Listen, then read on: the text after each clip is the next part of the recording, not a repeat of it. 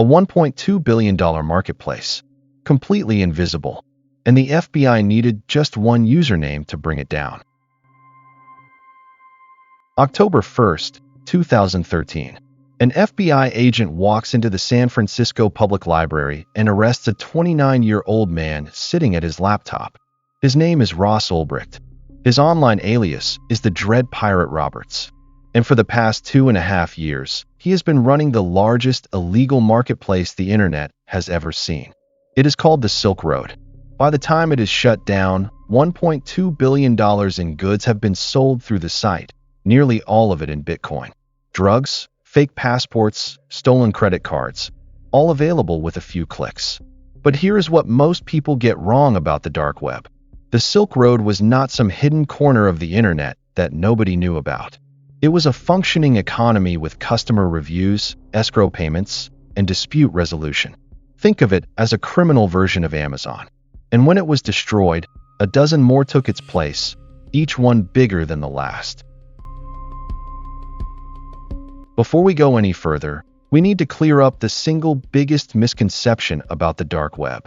Most people think the dark web is the internet's underworld. But the truth is more complicated. The internet has 3 layers.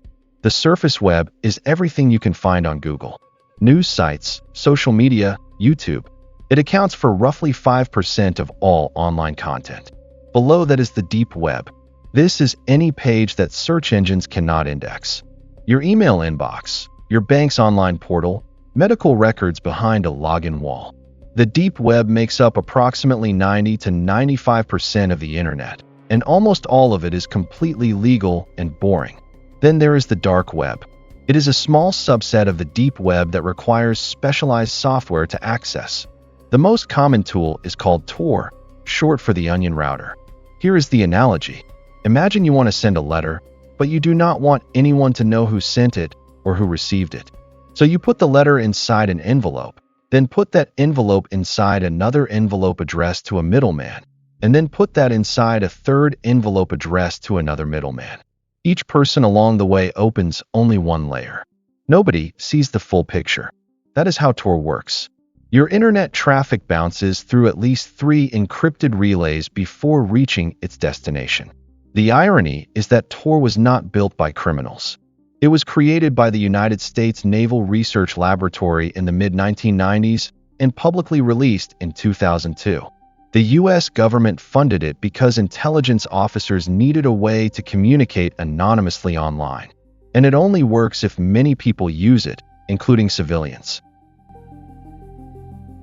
So what actually happens on the dark web? If you open the Tor browser and navigate to a .onion address, what do you find? The answer depends on where you look. On the criminal side, dark web marketplaces operate like online shopping platforms. There are product listings with photographs, customer ratings, and detailed descriptions. Sellers build reputations over months, because reputation is the only currency that matters when both parties are anonymous. Payments use cryptocurrency, primarily Bitcoin or Monero. And most marketplaces hold funds in escrow until the buyer confirms delivery. Drugs account for 60 to 70% of all dark web marketplace revenue, according to a Rand Corporation study. But stolen data is the fastest growing category. A stolen credit card number sells for $10 to $30. A complete identity package, what criminals call a fool's, includes your name, social security number, date of birth, and address. That sells for $15 to $65. Your entire financial identity, the thing that takes decades to build, is worth less than a restaurant dinner on the dark web. Bank login credentials sell for $35 to $500 depending on the account balance. Ransomware kits are available for $50 to $5,000. DDoS attacks can be hired for as little as $10.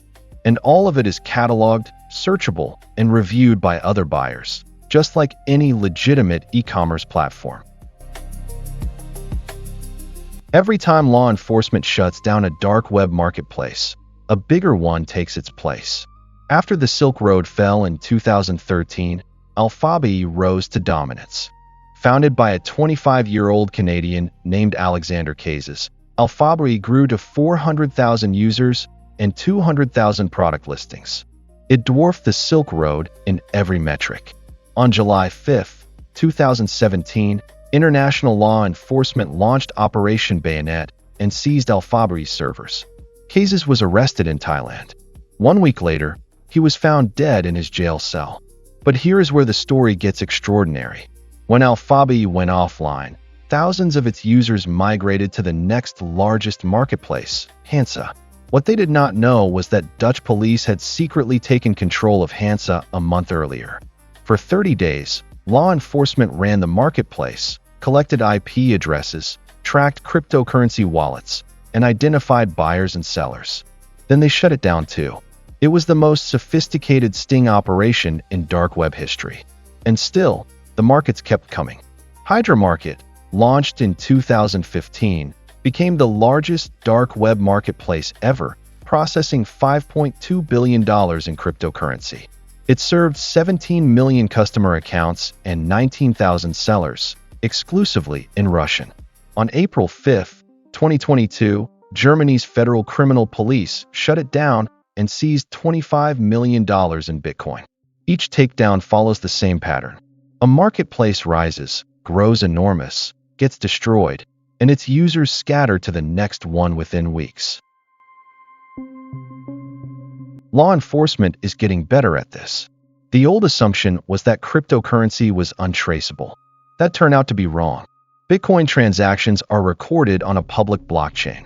They are pseudonymous, not anonymous. Companies like Chainalysis have built tools that follow the money across thousands of transactions, linking wallets to real identities. This is how the FBI traced Silk Road payments back to Ross Ulbricht. It is how they tracked $3.6 billion in stolen Bitcoin from the 2016 Bitfinex exchange hack to a couple living in New York. In 2020, Operation Disruptor resulted in 179 arrests across 6 countries and the seizure of $6.5 million in cash and cryptocurrency. In 2021, Operation Dark Hunter added another 150 arrests and $31.6 million seized. In 2023, Operation Cookie Monster took down Genesis Market, a platform that sold stolen browser cookies and login credentials. 119 people were arrested. The lesson from these operations is simple. The dark web provides anonymity, but anonymity is fragile. One mistake, one reused username, one unencrypted email, one package shipped to a real address, and the trail leads back to you. Ross Ulbricht was identified because he had used his real email address to promote the Silk Road on a public forum years before it launched. Alexander Kazes was caught because he used a Hotmail address linked to his real name in Alphabay's password reset system. But the dark web is not just a criminal marketplace. That is the part most people miss. SecureDrop, the encrypted whistleblower platform, runs on Tor. It is used by the New York Times, the Washington Post, and the Guardian. During the Arab Spring in 2011, activists in Egypt and Tunisia used Tor to organize protests and share information while their governments monitored the open internet. In countries like Iran and China, where the government censors news and social media, Tor is one of the few ways to access and censored information. Facebook launched a .onion version of its site in 2014. By 2016, it had 1 million monthly users, most of them in countries where Facebook is blocked. The BBC launched its own .onion site in 2019 to reach audiences in censored regions. Even the CIA runs a .onion site for receiving anonymous tips. The Tor network currently serves approximately 2 million daily users worldwide. Some of them are criminals, but many are journalists, activists, and ordinary people who live in places where privacy is not optional, it is survival. This is the paradox of the dark web. The same technology that enables drug trafficking also protects political dissidents. The same anonymity that shields scam operators also shields whistleblowers. You cannot shut down one without destroying the other. The dark web is not going away. Every marketplace that gets shut down is replaced within weeks. Every new encryption tool makes the next generation of hidden services harder to trace.